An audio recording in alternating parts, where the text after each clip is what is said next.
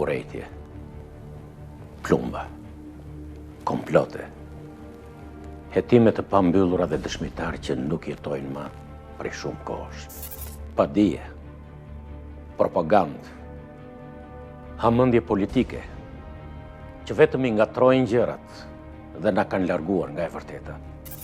Jo vetëm Shqipëria, po i gjithë Ballkani, madje edhe vetë Europa, në fillimet e shekullit kaluar, ishte pushtuar nga moda e eliminimit fizik me çdo kusht të kundërshtarit politik. Sot, ne do të hedhim një sy ndryshe mbi këtë rreth të përgjakshëm. Historitë që do të ndiqnin në ciklin ton quhen vrasjet e bujshme të politikës shqiptare. Si ndikuan ato në ecurinë e një shteti të brisht, sikurse ishte në atë kohë Shqipëria? Çfarë fshihej pas akuzave dhe kundrakuzave? Sa herë që një personazh i njohur i politikës bëhej viktime pistoletës. Do të udhtojmë bashkë në për disa histori që do të na kujtojnë një të shkuar të përgjakshme, të mbushur plot mllef e urrejtje. Dokumente, dëshmi e rrëfime ende të panjohura. Na ndiqni. Nuk do të jetë vetëm një kuriozitet.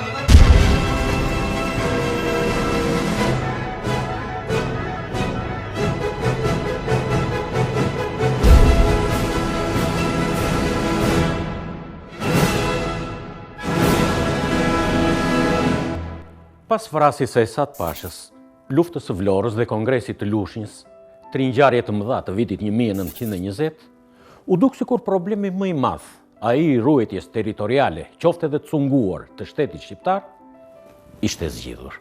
Por ende nuk ishte e thënë që vendi të niste të jetonte në normalitet. Të tjera kontradikta të thella dalin sërish në pah.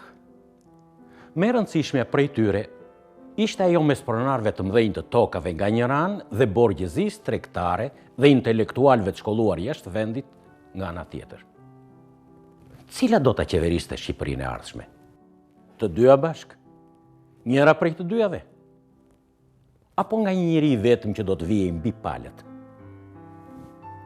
Koha do të jepte të drejtë hipotezës së tretë. Në prillin e vitit 1925, një varrim shtetëror i pazakont do të mblidhte në Krum, aso kohë qendër e një prefekture të quajtur e Kosovës, me mira malsor të përlotur si rrallë herë në ato anë. Organizatori i ceremonisë zyrtare funebër ishte Hasan Beg Kryeziu, gjakovar, prefekt në Krum. Kufoma ishte e Bajram Beg Curit. Mbetur vrarë 2 ditë më parë pas një rrethimi të xhandarmarisë, komanduar nga Ceno Beg Kryeziu, vllai i prefektit Hasan. Për të kuptuar më mirë se çfarë po ndodhte vërtet aso kohë në malet e veriut, le të njihemi parë me jetën e Bajram Curit, personazhit kryesor të kësaj historie.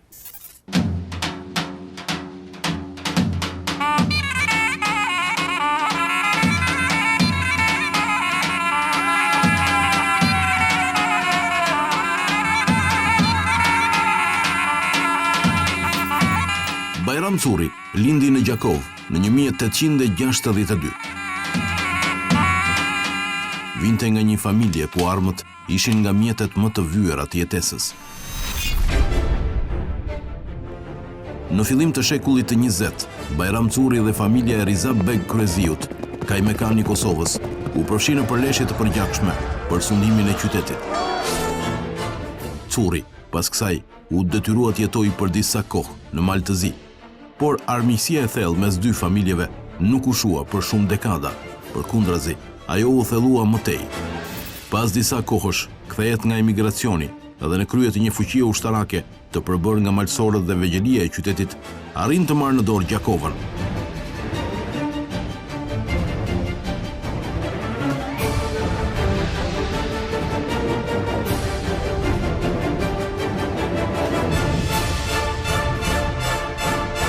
Sultani detyrohet të bëj kompromis.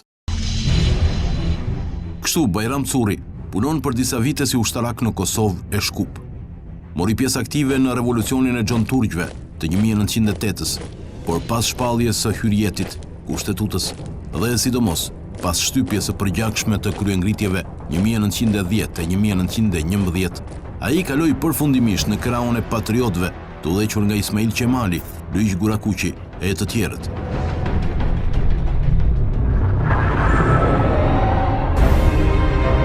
Në 1913, bashkë me luftëtarët e tij, ishte në Durrës në mbrojtje të qeverisë së Princ Vidit.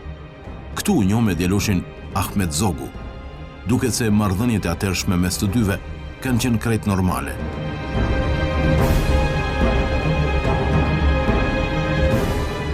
Mbas ikjes së princit, u srehua në Krum, ku i shpëtoi për fije një rrethim i vdekje prurës nga armiku tashmë tradicional, Ceno Beg Kryeziu.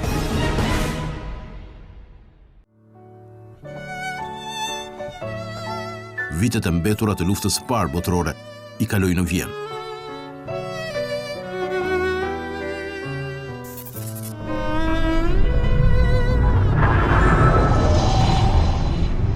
Kur Bajram Curri mbriti në Shqipëri në majin e 1920-s, qeveria dal nga Kongresi i Lushnjës ishte në rrezik të madh. Ajo ishte e rrethuar në Tiranë nga forcat esadiste të komanduara nga Osman Bali.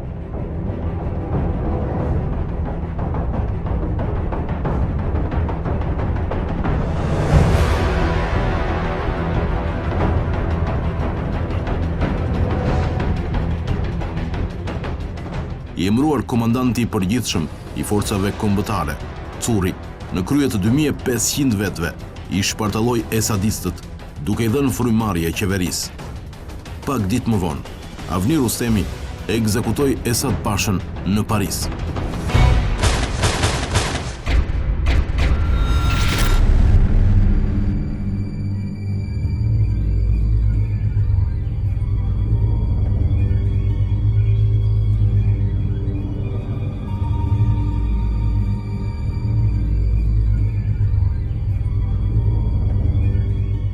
Më pas, Bajram Curri komandoi forcat shtetërore që zbrapsën një agresion jugoslav në zonën e Koplikut dhe një vit më vonë, ishte në krye të ekspeditës që frenoi një lëvizje për autonominë e Mirditës. Valdorës së tij të fortë, qeveria mund të merrte frym lehtësisht, por vetëm deri diku ama. Deri këtu, nuk kemi parë ndonjë konflikt mes dy armiqve të mëvonshëm. Zogu dhe Bajram Curri duket kanë pasur ato marrëdhënie normale si mes komandantit përgjithshëm dhe varësit. Por shumë gjëra ndryshojnë në vitin 1922. Në këtë kohë, Zogu kishte lidhur kurushqim me armikun më të vjetër të Currit, Ceno Beg Kryeziun, i cili u martua me Nafie Zogun, motrën e madhe të Ahmetit. Kundërshtive politike, armiqësive të kundërta dhe temperamenteve të skajshme, ju shtua dhe kjo armiqësi e vjetër. Dhe urrejtja do të vijë duke valuar. Në qeverinë e Xhafer Ypit, Ahmet Zogu ishte ministri i brendshëm. Bajram Curri kundërshtoi rreptësisht që nga malet e tij. Qeveria u mundua të zbuz gjakrat. Madje, në vendim të qeverisë Ypi, ai u emërua komandanti i kufirit të lindjes dhe të verilindjes, por Curri nuk pranoi. Në pranverën e 1922-shit, ai u mundua të organizojë një kryengritje të armatosur kundër qeverisë, e cila nuk pati sukses.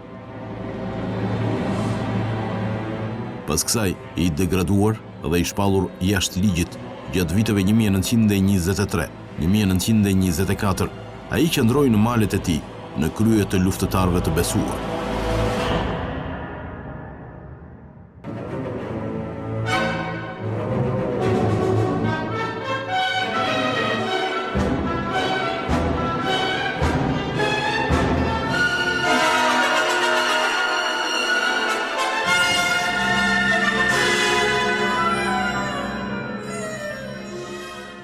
Këtu do të na duhet të bëjmë një ndalesë të shkurtër. Do të flasim për një nga gjërat më të rëndësishme të historisë së Shqipërisë, për Kosovën. Kosova, jashtë Shqipërisë ishte për Bajram Curin, Hasan Prishtinën apo Hoxh Kadrinë të tjerë, një gjë e paimagjinueshme. Ata kur nuk i pranuan vendimet e fuqive të mëdha të 1913-s edhe më vonë. Që më 1918 ishte krijuar në Shkodër Komiteti Mbrojtja Kombëtare e Kosovës.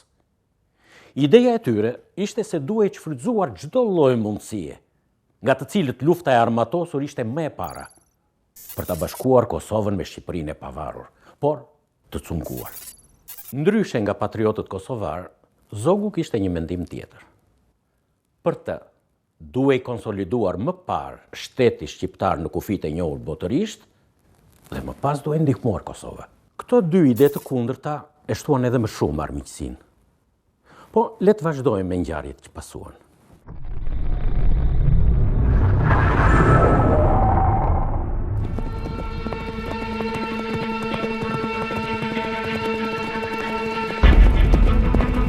Në 10 qershor 1924, forcat antizogiste hynë në Tiranë.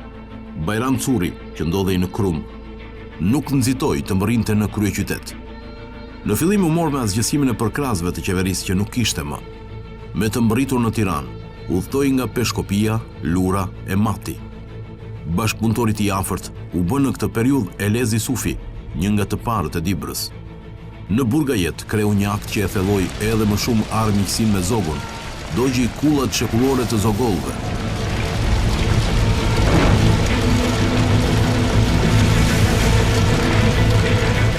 Zogu, i mbetur me pak pasues, ishte aso kohë në homesh të Dibrës, i pafuqishëm për të reaguar. Paraditën e 28 qershorit, Bajram Begu dhe njerëzit e tij mbërritën në Tiranë, ku u pritën si triumfator nga vet Fanoli. Çuditërisht, njeriu që kishte tronditur Tiranën e Beogradin nuk ju dha asnjë post zyrtar, por se u nxor me nderime në pension. Të ketë qenë vetë dëshira e Bajram Begut? Apo Peshkopi Noli nuk i kishte edhe aq fort për zemër njerëzit e armëve? Të dyja janë të besueshme.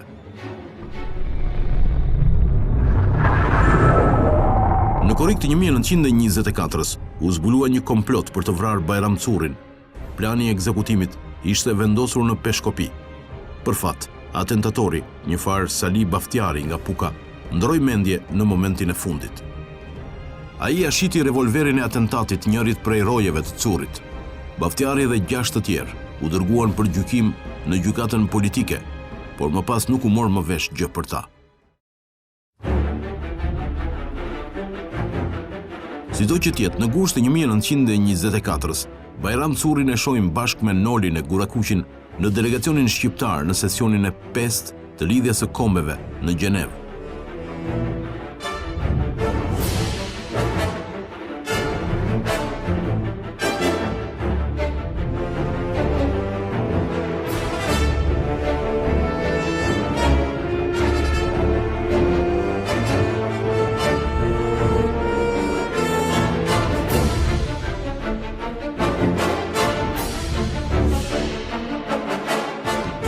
Në Shqipëri u kthyen ca si tepër vonë, në tetor të 1924-s, ndërkohë që Ahmet Zogu kishte kohë që po bëhej gati të kthehej nga Serbia. Curi vrapoi sa kaq në krahinat e tij të verilindjes, i bindur që këtë herë ndeshja me Zogun dhe kryezinjt ishte vërtet për jetë vdekje. Më 10 dhjetor 1924, forcat zogiste të përforcuara nga mercenarët rusë dhe të pajisur me armë sërbe, kaluan kufirin shqiptaro-sërb dhe u futën në Peshkopi. Curi, në fillim arriti disa suksese në garnizonet e Krumës, Kukësit edhe Bicajt. Po kur Zogu më 24 dhjetor hyri në Tiranë dhe shpalli rikthimin e legalitetit, ai e kuptoi se në vend të qendresës duhet të tërhiqej në pritje të kohëve më të mira. Ndërkohë, kishin nisur të beshin të njohura ekzekutimet e para politike. Krau i djathi Ahmet Zogut në fushatën për të shtruar kryengritësit ishte as më shumë e as më pak, por vetë kunati i tij, Ceno Beg Kryeziu. Armiku I vjetër I Curit tani kishte fuqi të pafundme.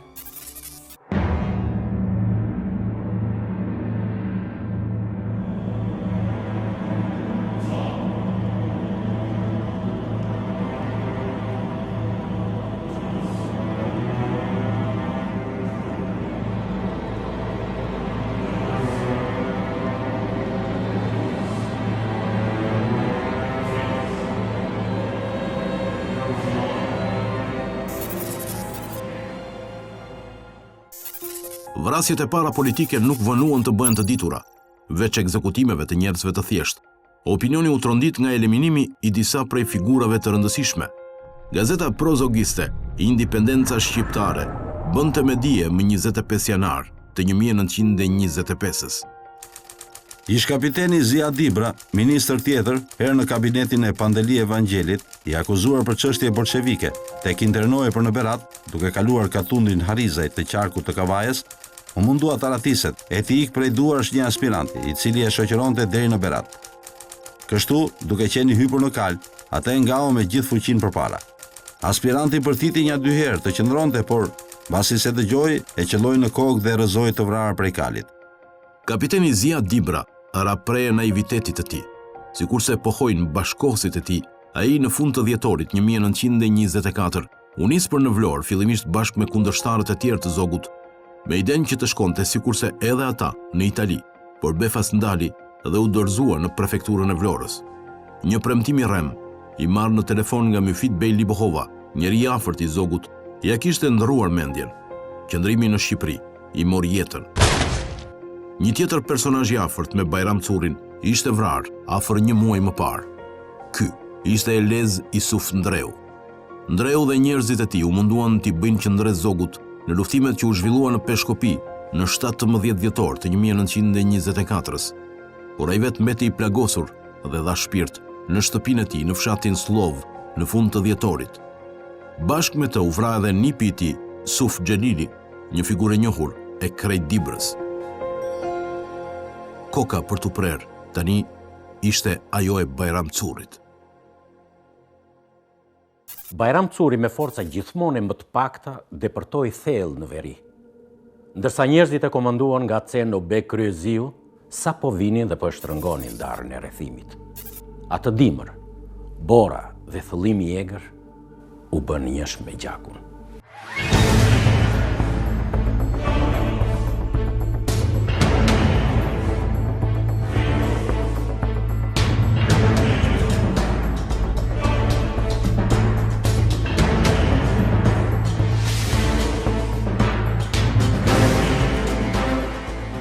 Në 24 dhjetor 1924, Bajram Curi me rrugën nga Kruma për në Krasniqe, shpërndan pjesën më të madhe të përkrasve të tyre. 31 dhjetor 1924, Bajram Curi mbërri në Bujan, përkrasit e Zogut sulmojnë në qafën e Prushit dhe në qafën e Morinës.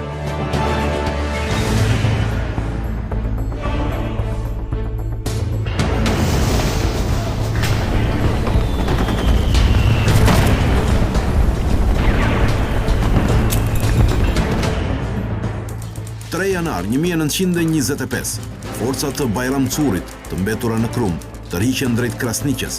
Bajram Curi me 200 luftëtar lidhin besën për të mos dorëzuar luginën e djathtë të Valbonës.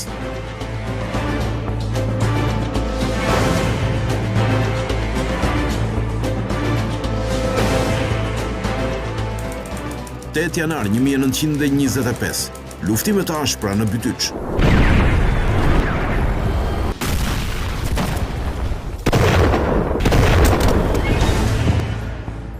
Pas një lufte të ashpër në Bytyç, Bajram Curi është tërhek drejt Krasniqes. Ministria e Brendshme. Curi ngjalla vdek duhet ta zini dhe fuqinë e tij ta shkatërroni krejt, duke marrë të gjitha masat që kështu të shuhet revolucioni I Kosovës dhe të mos përsëritet më. 11 janar 1925, forcat qeveritare hynë në Gash. I mbetur me 40 vet, Bajram Curi nis rrugën drejt Alpeve. 12 janar 1925, Ceno Begu hyn në Krasniqe. Ceno Beg Kryeziu për qeverinë. Populli i Krasniqes nuk e ka dhënë dorëzimin. Bombardimi në të ka filluar. 13-14 janar 1925. Curi dhe njerëzit e tij strehohen në stanet e Market, por diktohen dhe detyrohen të lëvizin.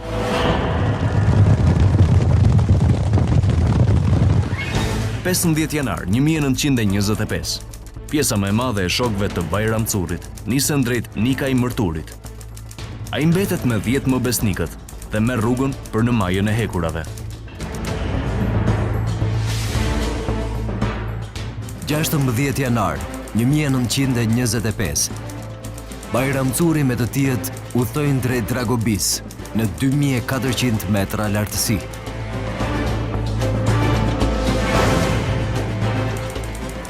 17 janar 29 qershor 1925. Bajram Curi strehohet në Dragobi.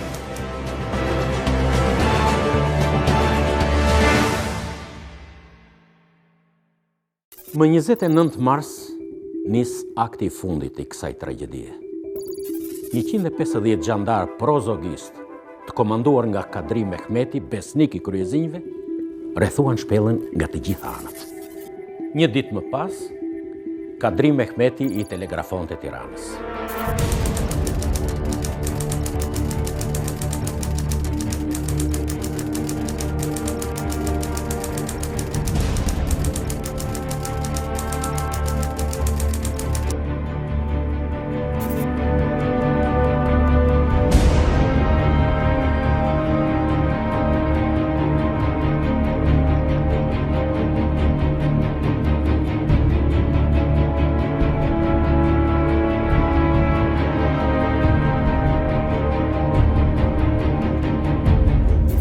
Një gazetë e kohës, Independenca Shqiptare, I shtonte listës së të vrarëve nga krahu I Curit edhe 4 vete.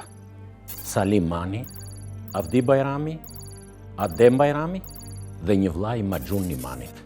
Për të qetësuar disi gjakrat, Zogu urdhëroi për rivalin e tij një varim qeveritar. Ja përse ceremonia funebër në Krum u drejtua nga Hasan Kryeziu, vllai I Cenobegut, rivalit më të pamëshirshëm të Bajram Curit. Prefekti Hasan nuk vënoi të kërkojë nga qeveria edhe 500 franga shpërblim për njeriun që kishte spionuar Curin.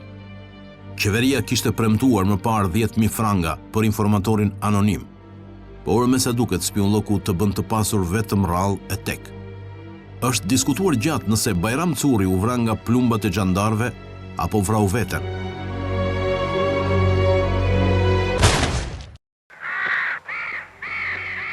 Një nga njerëzit e tij, më të besuar, sekretari I tij, Niman Ferizi, pati shkruar në kujtimet e tij se Curi I qelloi mbi veten me pistolet, dhe ky u bë version edhe më I besuar.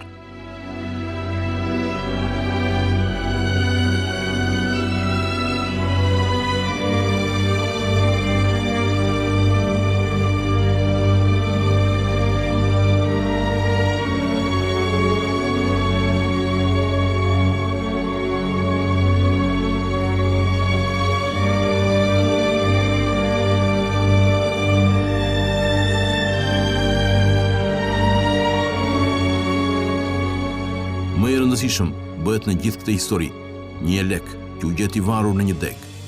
Sipas zakoneve të vendit, ky akt tregon se dëshira e fundit e të vrarit është që të ndalohet gjakmarrja e mëtejshme. Vetëm I vdekur, 63 vjeçari Bajram Curi kishte hequr më në fund dorë nga armët. Por historia nuk ja vuri veshin edhe aq shumë simbolikës si e lekut të varur. Këtë herë kishte ardhur radha e kryezinjve që të binin pre e plumbave. Re të zeza po mblidheshin mbi më të madhin prej tyre, Cenobegun, ndërsa me propozim të kryeministrit Ahmet Zogu, qeveria vendoste lidhje në një pensioni të përmuajshëm për familjet e Bajram dhe Hysni Curit.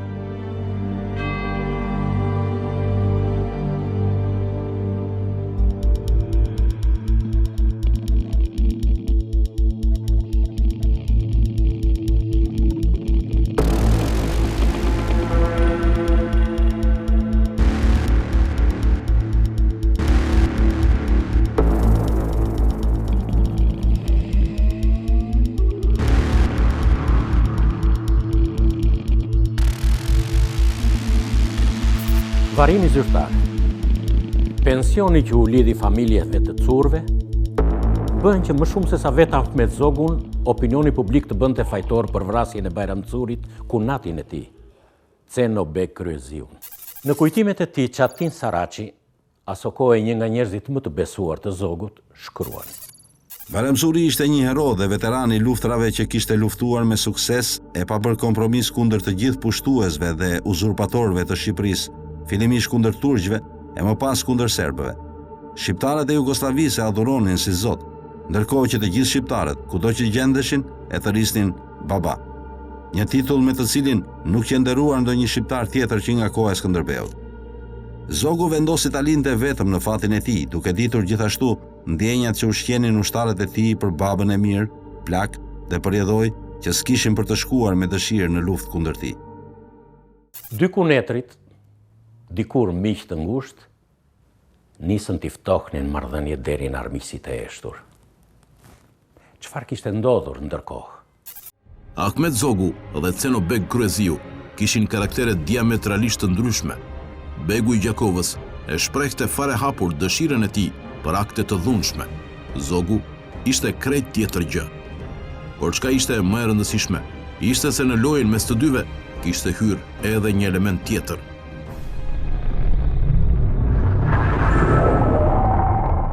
Në 1926, Zogu ishte kthyer tërësisht në favor të intensifikimit të marrëdhënieve me Italinë e Mussolinit.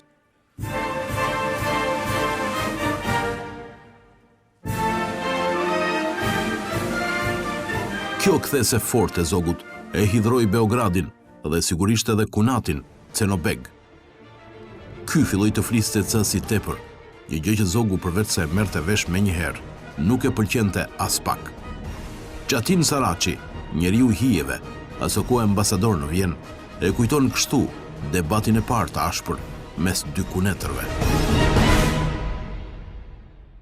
Pak muaj para se Cenobegu të largohej nga Shqipëria për në Beograd, unë ndodhesha në Tiranë për të kryer vizitën time të zakonshme.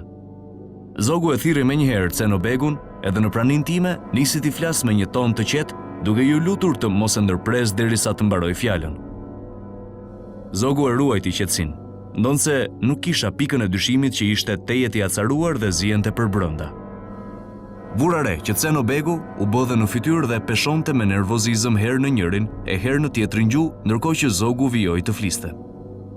Ti thash të gjitha këto i dashur Ceno, nga që të dua si vëlla, dhe nuk dëshiroj që midis nesh të ketë mërira. Unë e di që je i ri dhe gjak nxehtë, ndaj nuk i marr për të vërteta gjitha ato fjalë kërcënuese.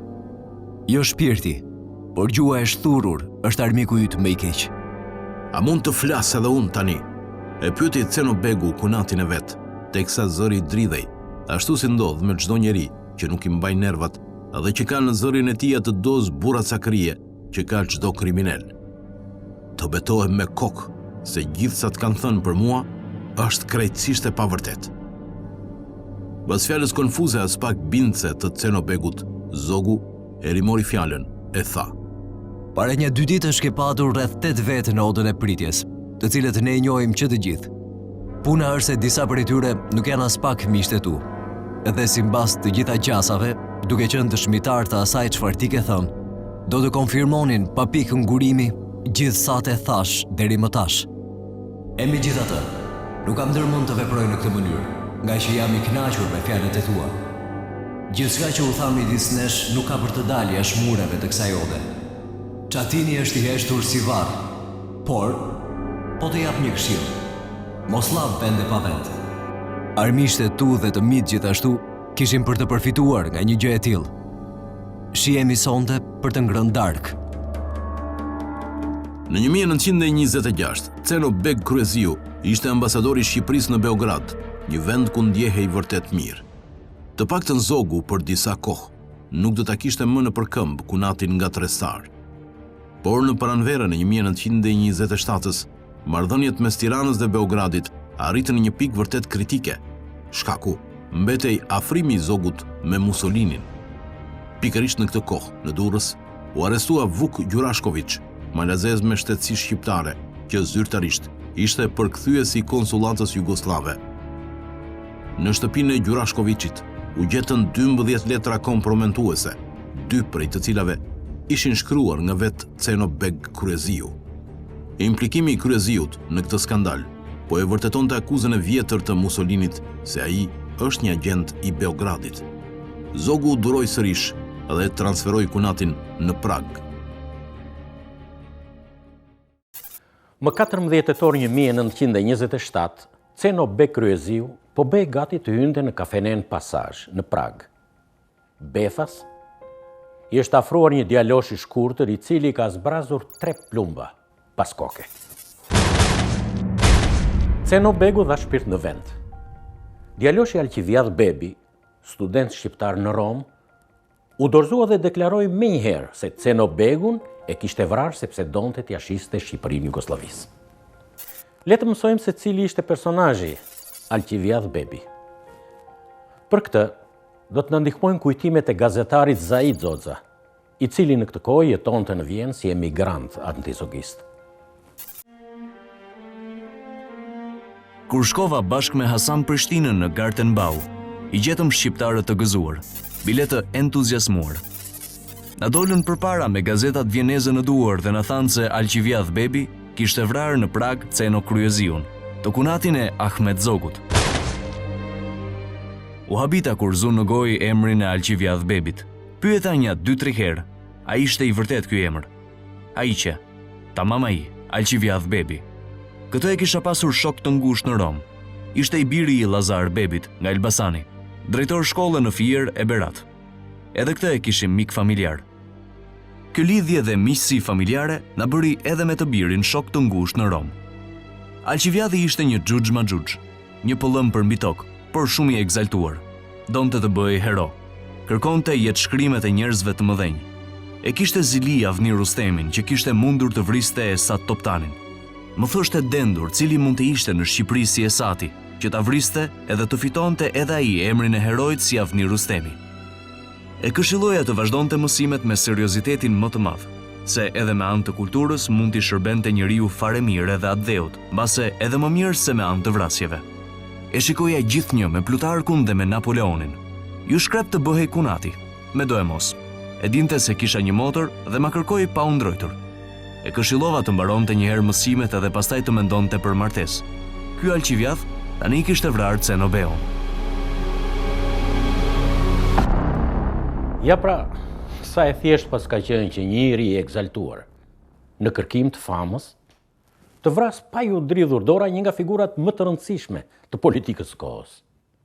Megjithatë pyetjet ishin edhe mbase janë shumëta. Dhe me e para, cila ishte mendja që e pagoi dhe e nxiti Alqiviadh Bebin?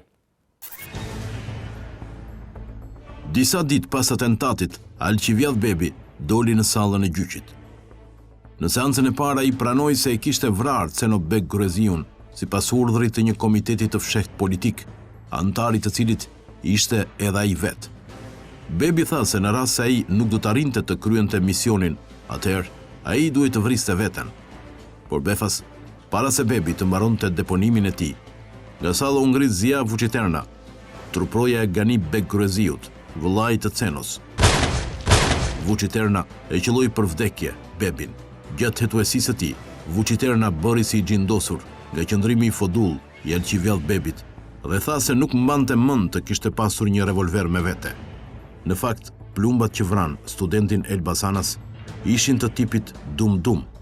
Shenjë qartë se vrasja ishte paramenduar. Gani Kryeziu, vëllai i Cenos, prezent në sallën e gjyqit, tha se nuk kishte gisht në këtë ngjarje, madje se ajo i kishte ngjallur krupën. Hipotezat që janë hedhur mbi këto vrasje nisin që nga kunati i tij, Ahmet Zogu.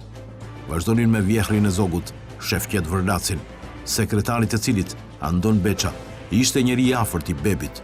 Vazhdonin me agjenturën e Mussolinit dhe përfundonin me emigracionin politik anti-zogist. Në një farë mënyrë këtyre hamendjeve u jep fund Sejfi Vllamasi, një nga krerët e opozitës anti-zogiste në Vjenë. Në shtatorin e 1927-s, Organizata Antizogiste e Vjenës, e njohur me emrin Konare, u shpërbë. Arsyeja ishin paratë e munguara.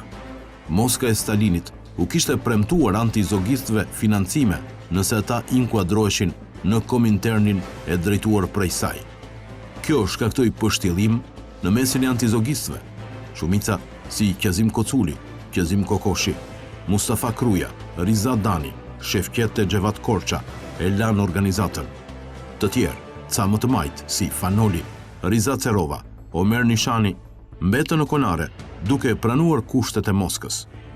Pikërisht në këtë kohë, i mbetur pa ndihmë financiare, Sejfi Vllamasi mbërri në Beograd për të kërkuar para nga qeveria e atjeshme, ndihmë e cila ju premtua. Në Beograd jetonte dhe punonte si profesori shqipes baxhanaku i Vllamasit, Xhevat Korça. Pikërisht Xhevati do t'i rrëfej në Beograd Vllamasit hodhësit e mëposhtme. Xhevati shkoi në Vjenë dhe pas 3-4 ditësh u kthye. Një mëngjes, kur ishim duke dalë nga shtëpia bashkë me Xhevatin, aty nga ora 9, e zoja e shtëpisë na tha: "U vra Ceno Beg në Prag." Xhevati me njerë më tha: "Unë e vrava." "Po si e vrave ti?" i them unë. Atëherë ai më kallëzoi se kishte ardhur bebi nga Shqipëria me qëllim të vras Ceno Begun në interes të Zogut, i nxitur nga Andon Beça me shok, njeriu më besnik i Vërlacit, i cili në atë kohë ishte vjeri i Zogut. Bebi, pasi qëndron disa ditë në Beograd, niset me Xhevatin në Vjenë. Atje takohet me Qazim Koculin e Mustafa Krujën.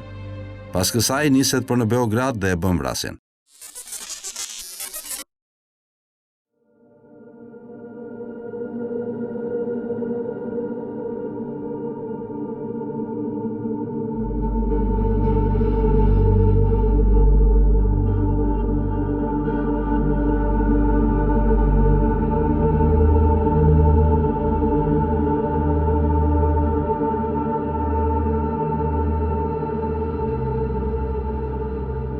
Në Tiranë vrasja bëri përshtypje të jashtëzakonshme. Hetimet për të zbuluar se cili ishte në të vërtetë vrasësi dhe cilët njerëzit që e nxitën u kufizuan vetëm në marrje në pyetje të njerëzve që bebi kishte takuar në Tiranë, në hotelet ku kishte qëndruar.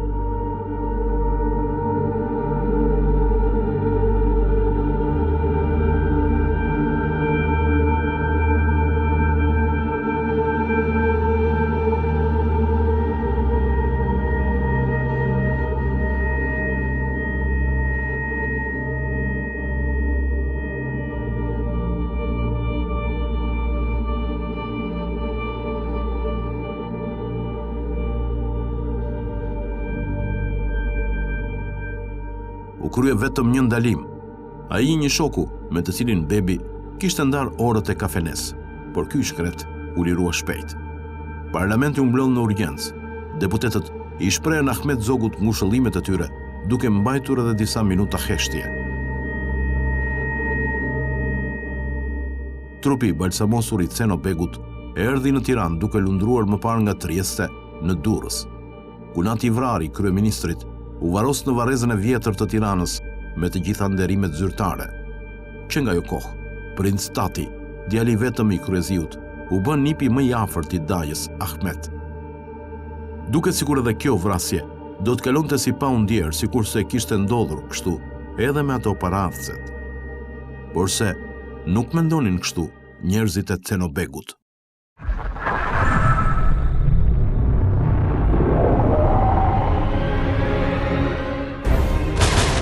Më 6 dhjetor 1927, një breshëri plumbash u derdh në orët e vonë të natës, drejt Shefqet Vërlacit, Andon Beçës dhe njerëzve të tij. Beu i vjetër dhe sekretari i tij shpëtuan për qime. Mbeti vrar një nga turprojet dhe u plagos një tjetër. Si të akuzuar, policia arrestoi 2 besnik të kryezinjve dhe 4 kosovar me banim në Durrës. Arma me të cilën u qellua ndaj Vërlacit rezultoi të kishte qenë vetë Ceno Beg kryeziu të vrarë, një nga ato 300 që Zogu i kishte sigluar vetë me inicialet e tij. Disa kohë më vonë, në gusht të 1928-s, vëllezërit e Cenos, Hasani dhe Ganiu, u munduan të organizojnë një atentat kundër Zogut. Për këtë u munduan të përdorin Mehmet Delin, një kosovar me banim në Shkodër. Mirë po Delia shkoi dhe ja rrëfeu planin Zogut. Zogu u thirri sa kaq një kryezi që ende bashkëpunonte me të, kushëririn e vëllezërve, Ismet Kryeziun, që asë kohë ishte prefekt i Beratit. Pas kësaj, të 2 vëllezërit u larguar nga Shqipëria. Një muaj më pas, në shtator të 1928-s, Ahmet Zogu u shpall mbreti shqiptarëve. Historia e këtyre krismave të përgjakura nuk përfundon këtu. Vërtet je legu i varur i Bajram Curit e sheshoi armiqësinë e vjetër mes curve dhe kryezive. Por ai ishte i pafuqishëm ndaj historive edhe më vrastare që po mbrinin.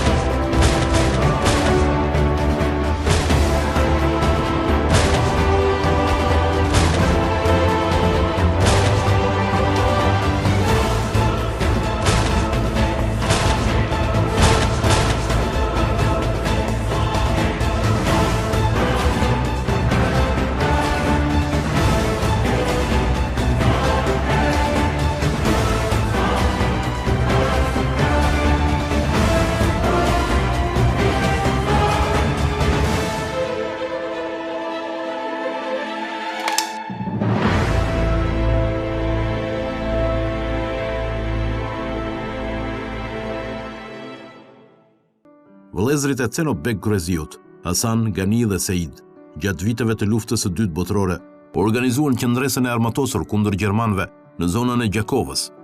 Këshilltari i tyre politik ishte Zai Fundo, me të cilin ishin njohur në internim në Itali. Gani Kryeziu vdiq në Burg, në Jugosllavi, në 1952. Hasan Kryeziu u ekzekutua nga partizanët jugoslav në janar 1945 në Hereç, Kosovë. Bashkë me të, u ekzekutuan edhe 23 besnik të kryezinjve. Seid Kryeziu arriti të largohet nga Shqipëria, i ndihmuar nga misioni anglez në fund të 1944-s. Punoi deri vonë si bankier në New York. Ismet Kryeziu, ish prefekti i Beratit, u ekzekutua nga partizanët jugoslav në janar 1945. Zai Fundo, njeriu që i kishte shpëtuar shumë atentateve të GPU-s sovjetike, u masakrua me urdhër të Enver Hoxhës në Kolesjan, Krum. Princ Tati, emri sakt, Esad Murat Kryeziu, i biri i Cenobegut dhe Nafie Zogut, ishte vetëm 4 vjeç kur ju vraj ati. Ai u rrit nga Ahmet Zogu, vdiq në Kan në 1995. Ahmet Zogu vdiq në Paris në 1961. Shefqet Vërlaci vdiq në Zyrich në 1946. Xhevat Korça vdiq në burgun e Burrelit në 1949 pas një greve të gjatë urie. Ishte dënuar nga gjyqi special për kriminalet e luftës në 1945. Qazim Koculi u vra në 1943 nga mercenarët profashist të Alil Alis, ishte prefekt i Vlorës. Vrasja e tij u bë shkak që Mustafa Kruja të jepte dorëheqjen nga posti i kryeministrit. Zia Vuciterna, vrasësi i Alqivjadh Bebit në Prag, u lirua brenda pak kohe si i sëmur mendor. Fati i tij mëtejshëm nuk dihet. Sejfi Vllamasi, për shumë kohë, pas 1944-s, ishte veteriner në thertoren e Fierit. Vdiq në 1975. Ishte 92 vjeç.